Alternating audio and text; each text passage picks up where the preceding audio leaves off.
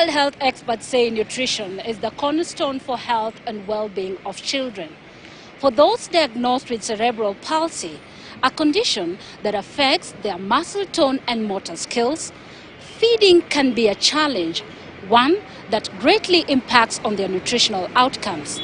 My name is Gloria Milimu, and on this episode of Health Digest, we look at the dietary needs for children with cerebral palsy and what you as a caregiver needs to know in order to ensure that they thrive and remain healthy. Adequate nutrition is critical for child survival, growth, and development. But due to impaired mobility and inadequate nutrition, children with cerebral palsy tend to grow differently. Whereas feeding and nutrition are intricately interwoven with growth, in this population, it often presents with a myriad of challenges due to digestive problems they face. According to child experts, it often results in malnourishment. Such was the case for Rose Sangira, a mother of one, whose son was diagnosed with severe cerebral palsy and epilepsy. I love you. That was 7 years ago. Eli was diagnosed at 4 months old. He suffered severe brain damage in the process of his birth, and he had birth asphyxia and severe jaundice. My son used to struggle a lot with constipation, and then there was pneumonia, and then he used to have secretion. Secretions is that feeling of, yeah. And then he used to choke a lot. And I realized he also had, I realized later on that he had something called acid reflux or gastroesophageal reflux disease, GERD. Yeah, so that was actually the only diagnosis he would get every time we went to hospital. And we have a support group, and I realized most children are dying from the same bacterial infections. So that is where my research started from, like how can I handle this without medication? So I opted to start into diet, which in the beginning, I didn't really do it well because it was a learning process. But after 3 years, I can confidently say I know a lot. Like any other parent, the diagnosis of her son unsettled her, but this also drove her into learning more on the condition. Her motivation? To understand the new world her son was living in and how she could make the condition she had just heard of for the very first time manageable, especially where nutrition was concerned. In the process of raising Eli, I learned a lot. I wanted to know a lot about cerebral palsy, which I did now. And then it came to his health, which constantly led us to hospital now and then with infections. So I did a research that has taken me 3 years to date. And previously, the first 4 years, Eli used to be hospitalized a lot. And now it's been 3 years. My son has never been to hospital for complications. He just has flu, something like that, yeah. Because most children with cerebral palsy, especially those with chewing and swallowing problems, those who are nonverbal, and those who have no mobility, like they don't walk, they are fully seated at the wheelchair. The problem, especially with us Kenyans, is we believe that the more the carbs, the fuller the baby is. So I used to feed a lot of carbs, not realizing that this child is not physically active. So the digestion would be slow, or it won't be there. So that would bring constipation. And apart from that, because there is no digestion, the secretion will build up, which will block the chest congestion. So the chest congestion will affect the lungs, and this is what will lead to pneumonia. Yeah. So when that happens, you realize some children with severe CP like Eli, I can't tell my son to cough. He won't do it. So everything is stuck here. Unlike typical children, like you can just tell cough. So you realize the secretion is here. It's stuck, it's an infection, but because I don't know, again in the day or tomorrow, I still feed lots of carbs. So everything is building up. Good nutrition, according to child health experts, is paramount for all children. But for the young ones with cerebral palsy, feeding is often fraught with challenges. The condition adversely affects muscles that play a major role in chewing and swallowing. I started with a zero-carb diet, but even with a zero-carb diet, the mistake I was doing was I was still feeding foods that have acid, because secretion is a buildup of acid. So the next step I did was to find out which foods are acidic and which foods are causing gastroesophageal reflux disease. So I used to introduce one food at a time. And at the moment I have a list of acidic foods, foods that trigger acid reflux. Actually, if you avoid that and reduce carbs, they are healthy carbs, but the portion should be, half of the portion should be veg. Lots of proteins and zero or very little carbs. They need it, yes, but very little, not a lot. They don't need that much. Alternatively, I alternated the carbs with other foods like nuts and nut butters, which are very good. And I did an allergy test, which is very important for parents too, because a big percentage of children with severe cerebral palsy, they are lactose intolerant. So it is good to have an allergy test, and if possible, you should omit dairy products 100%. Because digestion of things like red meat, even for a typical person like me, digestion of red meat is very slow. So we want foods that are easily digestible for them, because they don't move. Understanding when a child's nutritional status is faltering is a struggle that most caregivers face. This is compounded by the dilemma of what to feed their children. Most parents often end up wondering whether their children are getting enough nutrients or whether the foods they offer worsen symptoms associated with cerebral palsy. There was a time he was a bit too heavy. At 4 years old, he was a bit too heavy, and one time a therapist told me I shouldn't let him go beyond that weight. So obesity comes in because we focus more on carbohydrates.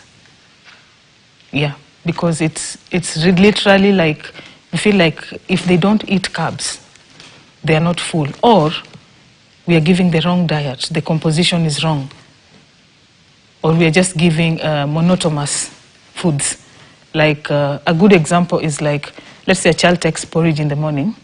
At lunch, it's typical Kenyan to give the baby ugali with just some sauce. That baby is not getting anything. I'd rather you feed like a big percentage of cabbage, very little of the maize meal. And then it's also dehydration. When they're constipated, it's building up weight, because everything is just stuck there, nothing is being digested. So dehydration, and also because their foods are blended and it's limited on what they can eat, most of these children don't tend to get enough nutrients or vitamins. So that would also lead to either malnutrition. The obesity mostly would come from constipation, which is the wrong diet, too much carbs.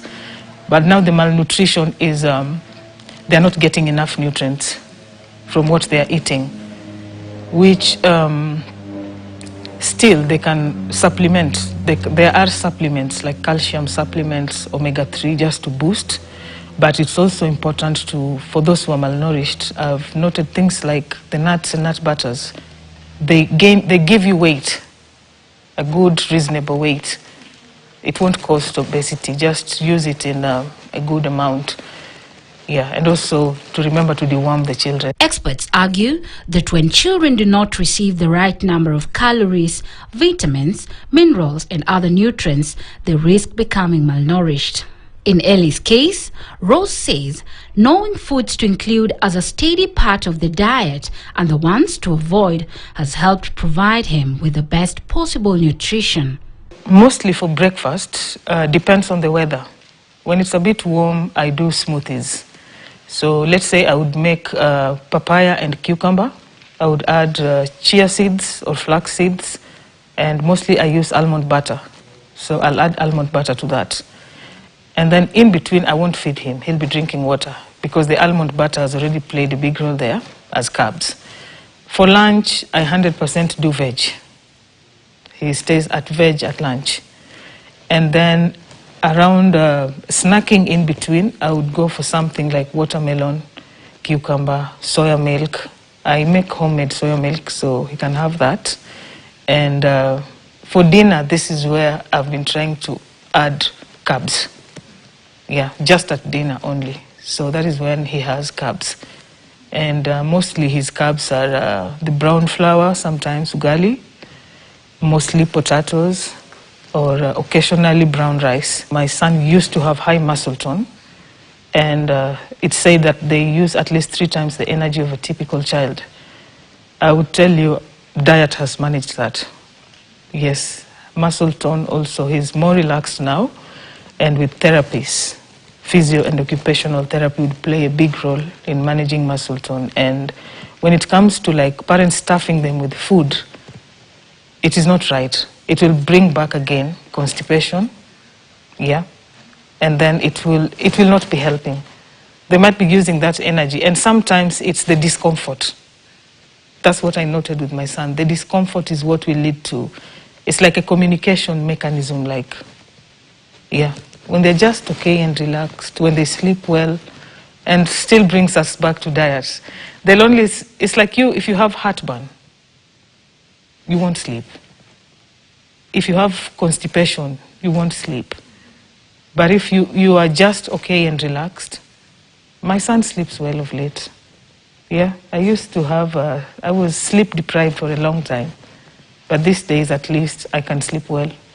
Occasionally, no, which is human, but mostly, yeah, I would say he sleeps well. Whereas nutrition holds a great promise in health of cerebral palsy patients, more often than not, this aspect of care is ignored in the medical care process. And experts say this fuels nutritional challenges experienced among this group of patients. After diagnosis, you have to navigate your way through everything, from what exactly your son is struggling with, to how you can manage it. And then with nutritionists, most of them, they are knowledgeable on typical children.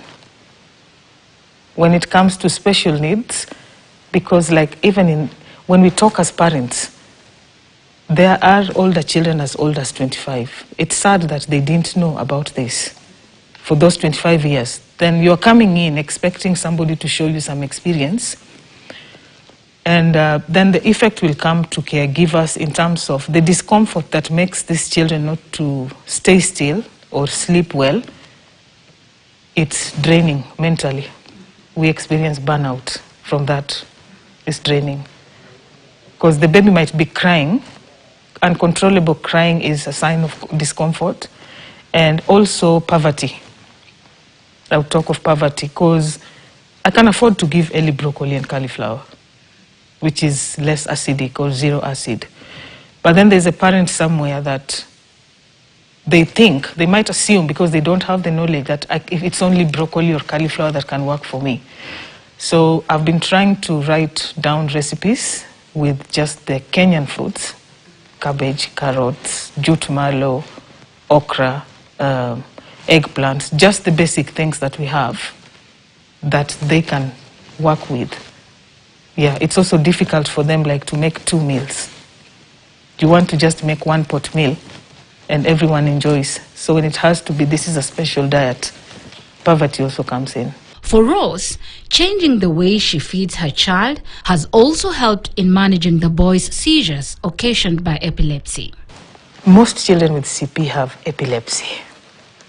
My son has epilepsy too. And epilepsy is manageable. We manage with medication. But one thing I've also noted, as long as something is not right, that triggers epilepsy. Brings us back to diet. When they are constipated, the episodes will increase. When they are dehydrated, the episodes will increase. When they have the acid reflux, the episodes will increase. So you might be managing epilepsy with high dose of medication, but the problem is back to food. And I would advise parents, please work on the diet. It has worked for me. I don't remember the last time my son had, he has these twitches. They will occur occasionally, but not anymore. And then make use of the sun, vitamin D. Vitamin D is mood booster, improves sleep. He sleeps very well when we walk under the sun.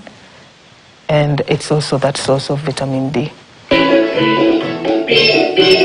Medical experts also advise on the need to have a physician evaluate a child with cerebral palsy to help determine what their nutritional needs are and how their caregivers can meet them. To also minimize cases of cerebral palsy during childbirth, Rose says more needs to be done to reduce birth injuries, as was in her case. She is also pushing for a sensitization among parents with children living with cerebral palsy. From the moment you get diagnosis, first of all, we need someone in between here before we go to the occupational therapist or physiotherapist. You see, like when you're going to test HIV, there's counseling before. We need someone in between here to talk to us. And we would really like a lot of support on awareness. Cerebral palsy is the most common childhood disability globally, and it's the most forgotten in Kenya. And also on a personal research, cerebral palsy can happen before a child is born, which is very rare, during the process of birth, which is 99% cases in Kenya, and after birth. And the one that is happening during birth in Kenya is happening to clueless mothers like me, first-time mothers. 99% is firstborns, and it's happening in the labor ward, caused by birth asphyxia. Brain damage is happening during labor. So something is absolutely wrong in our labor wards. It can't just be a mere coincidence. Yeah, and we would also like to request the government to give us a caregiver representative in Parliament. We want someone to talk for us. We are forgotten because we don't have a representative. She also has advice for caregivers. The first one is join a support group, because only people who walk your journey will understand you completely. So if there are people watching, they can join my support group.